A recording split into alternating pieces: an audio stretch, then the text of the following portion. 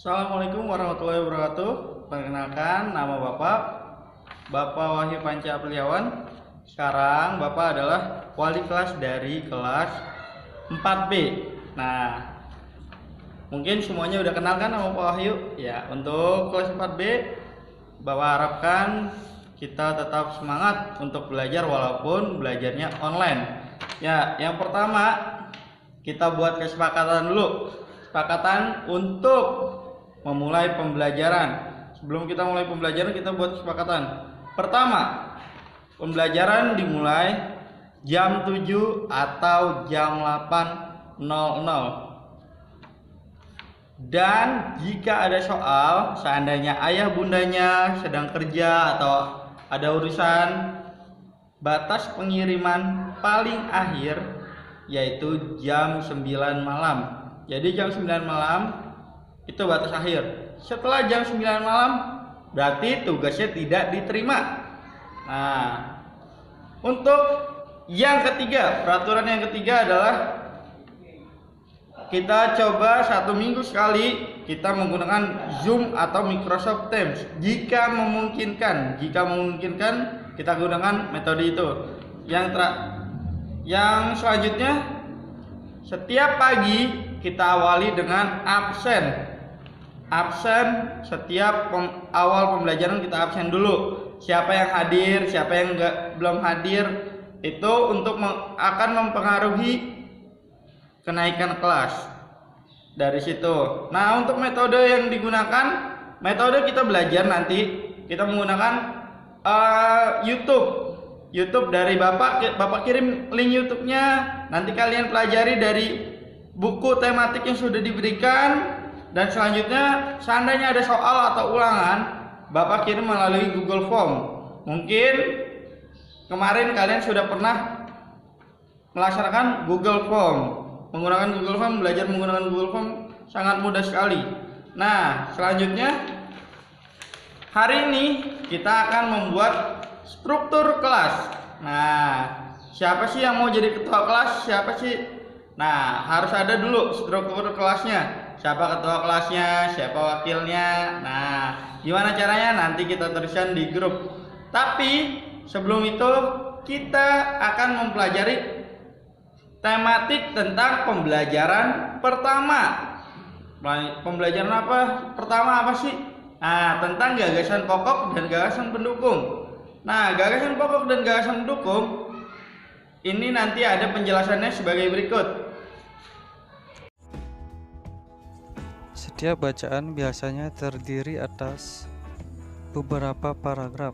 Setiap paragraf memiliki gagasan pokok dan gagasan pendukung. Nah, sekarang Bapak akan jelaskan apa itu gagasan pokok dan apa itu gagasan pendukung. Tolong didengarkan dengan baik dan diperhatikan dengan baik supaya jelas. Jadi, gagasan pokok adalah ide utama yang dibahas dalam suatu bacaan, dapat berupa kalimat inti atau pokok paragraf. Dan gagasan pendukung itu adalah uraian atau tambahan informasi untuk gagasan pokok. Cara menentukan gagasan pokok dan gagasan pendukung dengan cara membaca wacana dalam setiap paragraf. Biasanya gagasan pokok itu berada di awal paragraf, di tengah paragraf, dan di akhir paragraf. Misalnya, di dalam satu paragraf itu ada 5 kalimat. Anak-anak pakai nomor 1 untuk gagasan pokok. Jadi untuk gagasan pendukungnya itu otomatis nomor 2, 3, 4, dan 5. Karena di dalam setiap paragraf itu ada satu yang dimaksud dengan gagasan pokok. Jadi satu gagasan pokok. Nah, ini adalah contoh paragraf. Nah, anak bisa lihat di bukunya, di buku siswanya buku tema kelas 4 halaman pertama. Itu ada wacana yang berjudul Pawai Budaya. Jadi cara menentukan gagasan pokoknya itu adalah dengan cara membaca setiap paragraf dengan jelas dan teliti. Baik, dengarkan baik-baik. Pawai budaya. Pawai budaya sangat menarik bagi warga Kampung Babakan. Pawai ini selalu menampilkan keragaman budaya Indonesia. Udin dan teman-teman tidak pernah bosan menanti rombongan pawai lewat. Tahun ini mereka datang ke alun-alun untuk melihat pawai tersebut. Kakek Udin pun terlihat sabar menanti. Terdengar suara gendang yang menandakan rombongan pawai semakin dekat. Jadi setelah anak-anak selesai membaca, anak bisa menentukan yang mana disebut gagasan pokok dan yang mana disebut gagasan pendukung. Ingat, cara mencarinya adalah dengan cara membaca dengan teliti, karena gagasan pokok itu biasanya berada di awal paragraf, di tengah paragraf, dan di akhir paragraf. Paragraf yang tadi Bapak baca itu terdiri dari 6 kalimat.